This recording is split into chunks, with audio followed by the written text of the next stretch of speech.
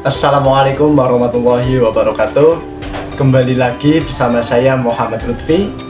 Pada video kali ini saya akan membahas mengenai konsumen dan produsen pendidikan. Mungkin belum banyak yang tahu sebenarnya apa itu konsumen pendidikan dan kemudian siapa produsen pendidikan dan juga bagaimana wujud atau layanan jasa pendidikan. Yuk mari kita simak video berikut ini.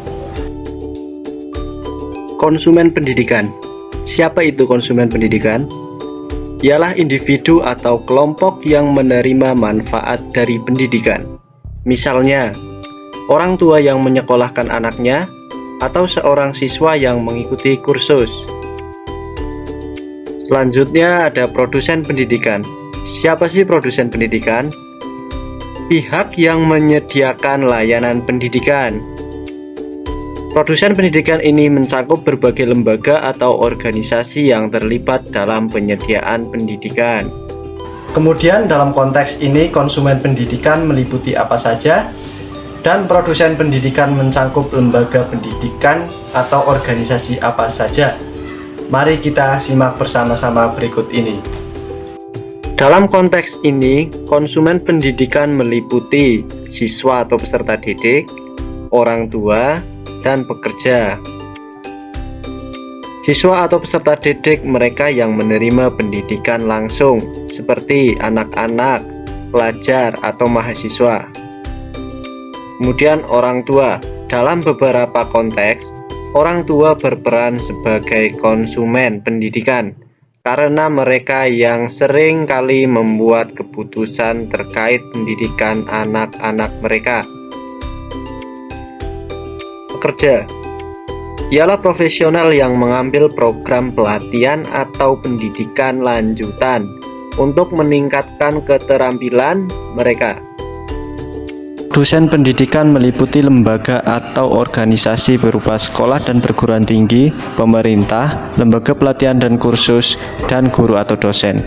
Sekolah dan perguruan tinggi, lembaga pendidikan formal yang menyelenggarakan kegiatan belajar mengajar. Pemerintah berperan besar dalam menyediakan layanan pendidikan melalui kebijakan, pendanaan, dan regulasi. Lembaga pelatihan dan kursus menyediakan pelatihan dan pendidikan non-formal untuk meningkatkan keterampilan individu, guru atau dosen sebagai pelaksana langsung dalam proses pendidikan yang mendidik dan membimbing peserta didik. Bentuk atau wujud layanan jasa pendidikan. Yang pertama ada proses belajar mengajar. Proses belajar mengajar adalah interaksi antara pengajar dan peserta didik dalam ruang kelas atau secara daring.